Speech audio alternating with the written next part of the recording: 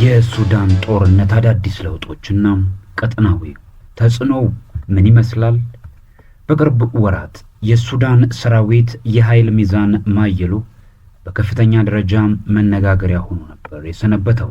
በተለይ ሰኔና ሐምሌ ውስጥ የሱዳን ሰራዊት ዋና ተፋላሚ የሆነው የሱዳን ፈጥኖ ኃይሉ በብዛት አካባቢዎች ይዞታውን እንዲለቅ ማስገደዱ ሲነገር ሰንብቷል።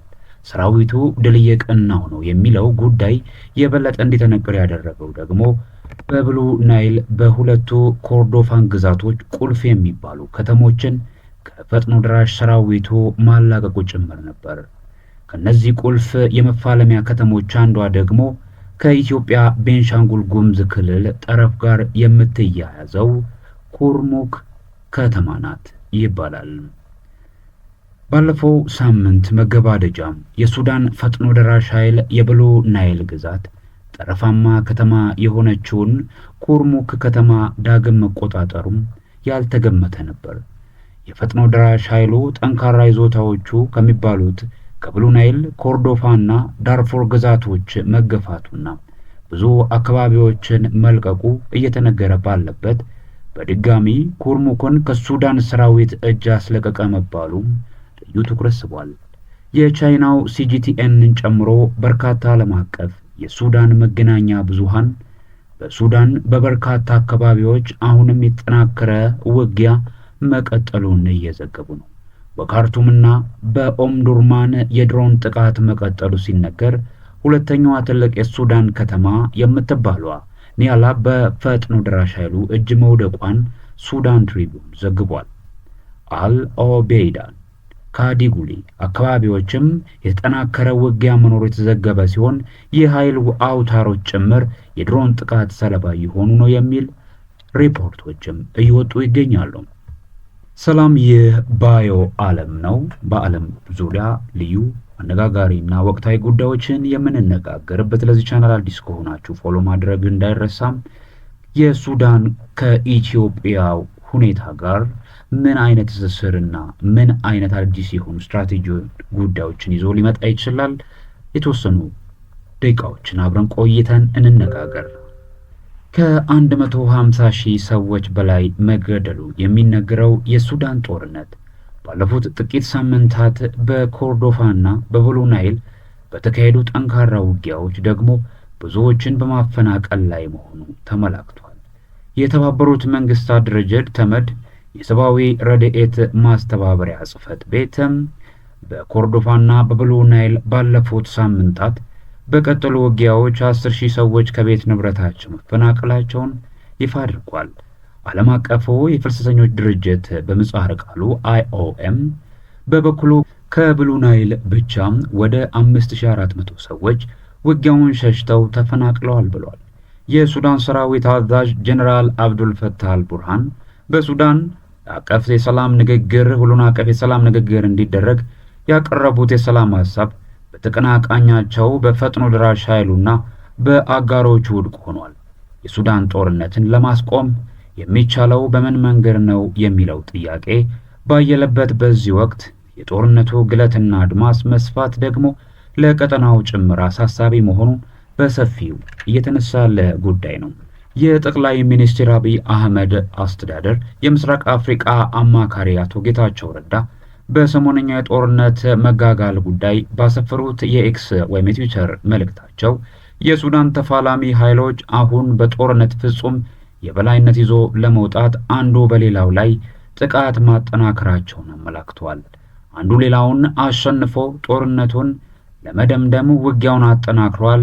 በቅርቡ የሱዳን ሰራዊት የበላይነትን መውሰዱ ሲነገር እንዳልነበር ሁሉ አሁን ደግሞ በተራው ፈጥኖ ደራሽ ኃይሉም ውጊያውን መቀልበሱ እየተነገረ ሲሆን ኩርሙክን ደግሞ በእጁ አስገብቷል። በቀጣይ ቀናትም በሚካሄዱ ውጊያዎችም ሊኖር የሚችለው ለውጥም ለግምት የተጋለጠ ነው። በየሳምንቱ አንዱ ከሌላው ይዞታዎችን አስለቀቀ መባሉ የሚቀጥል ይመስላል ሲሉም የጦርነቱን ተለዋዋጭነት እንደሚቀጥል ግምታቸውን ሰጥተዋል።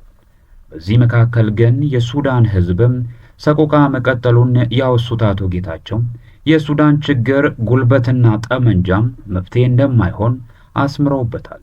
ባለፈው ጊዜም ወደ ፖርት ሱዳን ከተማ ሄደው የሱዳን ሰራዊት አዛዥ ጀነራል አብዱል ፈታህ አልቡርሃንን ሲያገኙ ይህንኑ ሐሳብ ማቅረባቸውን ያስታወሱት አቶ ጌታቸው ከዚህ ውጪ የሱዳን ተፋላሚዎች ከማንም መንግስትም ሆነም ወገን ምንም አይነት ድጋፍ ቢያገኙ ለሱዳን ሰላም እንደማይበጅ ጠቁመዋል። ዓለም አቀፉ ማህበረሰብ ሱዳን ህዝብ የናፈቀውን ሰላም እንዲያገኝ አቅሙን አስተባብሮ ድጋፍ እንዲያደርግም ጥሪ አቅርበዋል። በምህጻረ ቃሉ ኦርሳም የተባለ የሚጠራው የቱርክ መካከለኛው ምስራቅ ጉዳይ ጥናት ማዕከል The Center of Middle Eastern Studies ኦርሳም በሰሞነኛ ሪፖርቱ እንደጠቆመው ወደ 4 ዓመት እየገሰገሰ ባለው የሱዳን ጦርነት ውደት ያለፈውን ሐምሌ ወር ጉልህ የሚባሉ በርካታ ለውጦች ተከስተዋል። በሐምሌ የተጠናከረው ጦርነት በሱዳን ሰራዊትና በፈጥኖ ደራሽ ኃይሉ መካከል መደረጉን አውስቶ በሰሜን ኮርዶፋ ሰራዊት ከመከላከል ወደ ማጥቃት መሻገሩን በብሉ ናይል እንደ ኩርሙክና ፋሽፋን ያሉ ቁልፍ ቦታዎች ማስለቀቁን እንዲሁም በዳርፉር ግዛቶች የፈጥኖ ደራሽ ኃይሉ ወሳኝ የሎጂስቲክ መስመሮች ለመቆጣጠር መቃረቡን ያብራራል። ጦርነቱ ግለቱ በመጨመሩ ብቻ ሳይሆን በጂኦግራፊያዊ አድማሱም መስፋት ይታይበት እንደነበር አመላክቷል። ይህ ግን የሱዳን ጦርነት ወደ መደምደሚያው የመቃረብ ምልክት እንዳልሆነ ጠቅሶ ይልቁንም ጦርነቱ ስትራቴጂካዊ ድንበር አካባቢዎችና የሎጂስቲክ መስመሮችን ለመቆጣጠር ወደሚደረግ ፍልሚያ እየተቀየረ ነው ብሏል።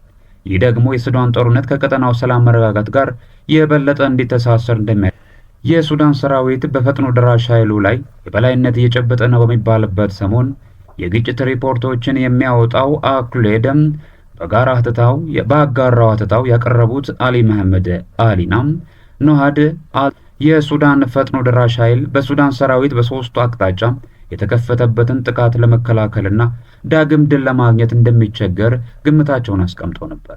በዳርፉር በኮርዶፋና በብሉ ናይል ግዛቶች በሶስት አቅጣጫዎች ፈጥኖ ደራሽ ኃይሉም የተጠቃና ወሳኝ የሎጂስቲክ ኮሪደሮችንም እየነጠቀ መሆኑን ያብራሩት አጥኚው በዚህ ሁኔታ ራሱን ተከላክሎ ዳግም ወደ ማጥቃት ለመመለስ ቡድኑ እንደሚፈተን ጠንከር ያለ ግምት አስቀምጠው ነበር።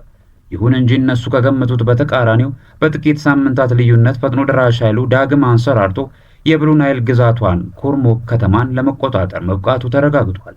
የሱዳን ጦርነት አሁን የሁለቱ የጦር አበጋዞች ፍልሚያ ብቻ ለመሆኑና የሚነገረው የአፍሪካ ስትራቴጂክ ጥናት ማዕከል አፍሪካን ሴንተር ኦፍ ስትራቴጂክ ስተዲስ አንድ ሪፖርት ጦርነቱ በእጅጉ እየተወሳሰበ በበርካታ የውጭና የውስጥ አካላት ወደ ማሳተፍ መሻገሩን ይጠቁማሉ። የጥናት ማዕከሉ ሪፖርት እንደሚገልጸው በአሁኑ ጊዜ በሱዳን በትንሹ 150,000 ሚሊሻዎችን የታጠቁ ቡድኖች በጦርነቱ ይሳተፉ ነው። በከፊል ወታደር የሆኑ የሰለጠኑ የጎሳ ሚሊሻዎች፣ ጽንፈኛ ሃይማኖት ቡድኖች፣ የወንጀል ቡድኖች፣ በአካባቢ የተደራጁ ኃይሎች፣ የውጭ ቅጥረኞች ወታደሮች ጨምሮ ሌሎች ነፍጥ ያነገቡ ኃይሎች በጦርነቱ ተዋናይ ሆነዋል። ዋናዎቹ ተፋላሚዎች በጀነራል አብዱል ፈታህ አልቡርሃን የሚመራው የሱዳን ሰራዊትና በጀነራል መሐመድ ሐምዳን ዳጋሎ ሐሚቲ የሚመራው የፈጥኖ ደራሽ ኃይሉ በየፊናቸው እነዚህን የታጠቁ ኃይሎች እንደሚያደራጁና ለውጊያቸው እንደሚያሰማሩ ይኸው ሪፖርት ይጠቁማል። እነዚህ ሁሉ በርካታ ሚሊሻዎች ራሳቸውን የበለጠ ለማደራጀት ደግሞ የወርቅ ዘረፋ፣ ህገወጥ ንግድ፣ የቀንድ ከብቶች ዘረፋ፣ ቁልፍ የንግድ መስመሮችና ኬላዎችን መቆጣጠር እንቅስቃሴዎችን ያደርጋሉ ይላል። የውጭ ኃይሎች ጣልቃ ገብነት በጦርነቱ መባባስ ላይ ያለው ተጽዕኖ ከዚህ ጉዳይ ጋር ደምሮ ለመፈተሽ የሚሞክረው ይኸው የጥናት ማዕከል ሪፖርት የውጭ ኃይሎች ተጽዕኖ ቢቆም እንኳን የሱዳን ጦርነት በቀላሉ እንደማይሰክን ነው የጠቀሰው።